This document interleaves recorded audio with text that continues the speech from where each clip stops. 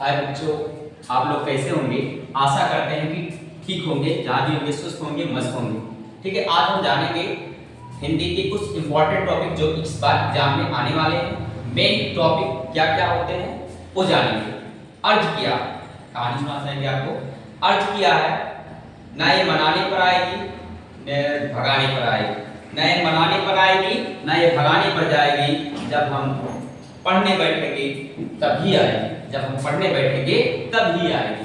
ये नींद है जनाब, जब हम पढ़ने बैठेंगे तभी आएगी। तो चलिए देखते हैं कुछ इंपॉर्टेंट टॉपिक हिंदी की। सबसे पहले हम पद की बात करते हैं। पद पद पद में कई सारे चैप्टर है, 3 से 4 से 5 चैप्टर है, जिसमें से पहले है आचार्य रामचंद्र शुक्ल।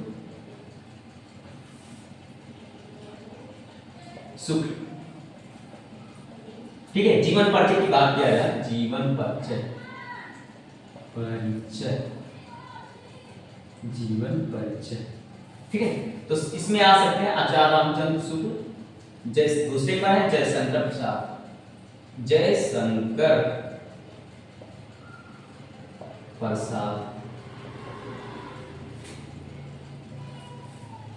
आचार्य रामचंद्र शुक्ल, जयशंकर प्रसाद, ये दोनों जो है बहुत ही मोस्ट इंपॉर्टेंट है। इसमें से एक पक्का आएगा, ये दोनों याद कर लीजिए, आपको मिल ही जाएगा।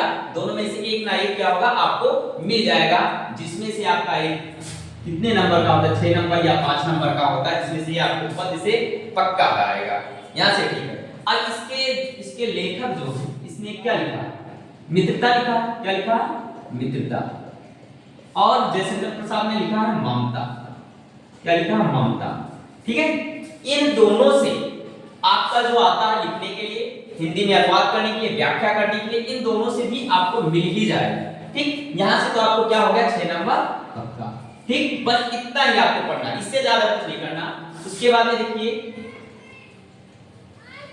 पद पे आइए, क्योंकि ये गद्य था।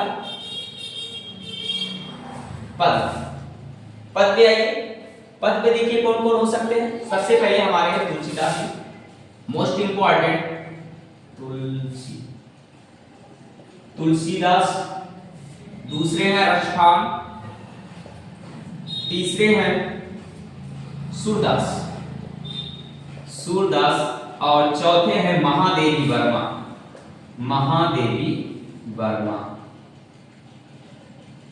ठीक है, इसमें से कितने लोग हैं, 4 लोग हैं। कितने लोग हैं, 4 लोग। ठीक है, चारों में से अगर चारों आपने याद किया है तो इनमें से एक का जीवन परिचय तो आपको आना निश्चित है, जिससे आप लोग आशा करते हैं कि आप याद ही किए होंगे चारों।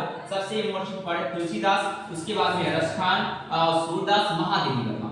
ज्यादा चांस है तुलसीदास और महादेवी वर्मा, तुलसीदास और महादेवी वर्मा, ये दोनों मोस्ट इंपॉर्टेंट है। अब देखिए, अब इसको अगर आ जाएगा इसमें गद्य लिखने के लिए, गद्य इसका थोड़ा सा टफ होता है, तो आप करना क्या, तुलसीदास। ये तुलसीदास का बड़ा तो भगवान राम यानी रामचरितमानस का रचना किसने किया, तुलसीदास ने। अगर सब पहचानना है कि किस पाठ से लिया गया है तो तुलसीदास। इससे इन्होंने लिखा धनुष भंग। क्या लिखा है, धनुष भंग। धनुष भंग में क्या हुआ, राम ने धनुष भंग किया था, तो सीता जी से क्या होता, विवाह हुआ था। तो यहाँ तुलसीदास से अगर आगे तो राम से रिलेटेड कुछ भी होगा तो समझ जाना किससे है, तुलसीदास से। अगर रसखान, तो रसखान किसके कवि है, भगवान श्री कृष्ण के।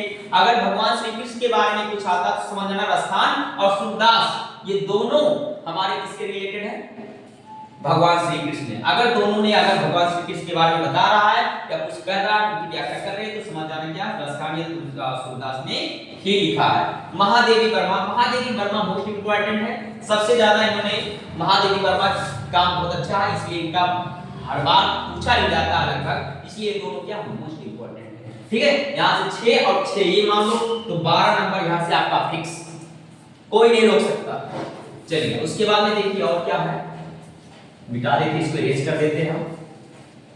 आइए इसके बाद में आ जाते हैं हम निबंध समझ लेते हैं। निबंध देखिए बहुत सारी निबंध।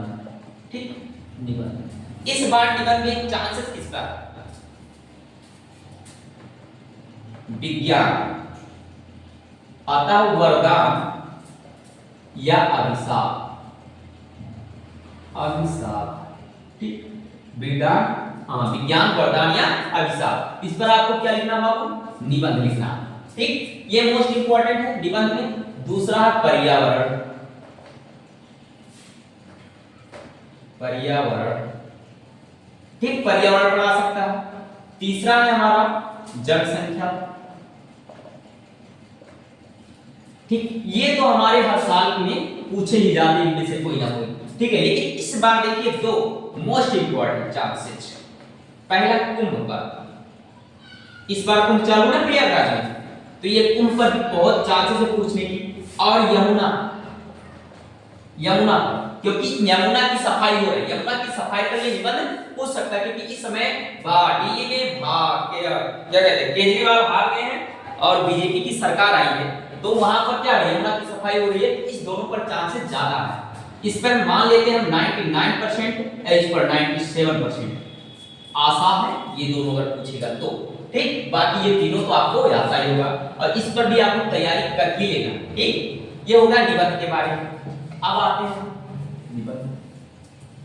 निबंध आप लोगों ने समझ लिया अच्छे से, इसके बाद में आपको इंपॉर्टेंट पॉइंट क्या हो सकता है ये जान लीजिए। अब आपको आएगा लिखने के लिए पत्र, पत्र लेखन। क्या लिखना है आपको? पत्र लेखन।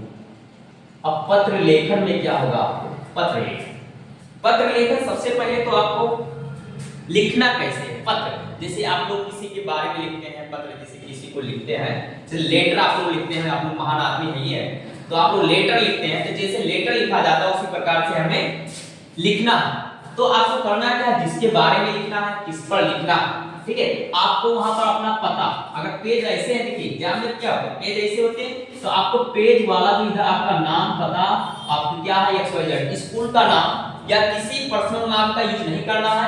हिंदी में लिखना है तो काका काका, नहीं तो XYZ कर देना नाम में। उसके बाद में जिस पर लिखना है तो लिखना प्रिय मित्र, या मान लो मित्र पर लिखना है तो हो जाएगा प्रिय मित्र। उसके बाद में यहाँ पर जो भी होगा उसको लिखना है, ठीक है। और उसके बाद में यहाँ पर लास्ट पेज के लास्ट में आइएगा अपना नाम, नाम के आगे लिखना XYZ, क्लास XYZ, सब कुछ यहाँ पर मेंशन करना, किसी का भी यूज नहीं करना, जैसे स्कूल का नेम और कोई भी नेम, पर्सनल नेम नहीं यूज करना। तो हो गया हमारा पत्र। किसी पर भी पत्र आएगा तो उस पर आप लिख सकते हैं, अगर नहीं भी याद है तो बना कर लिख सकते हैं।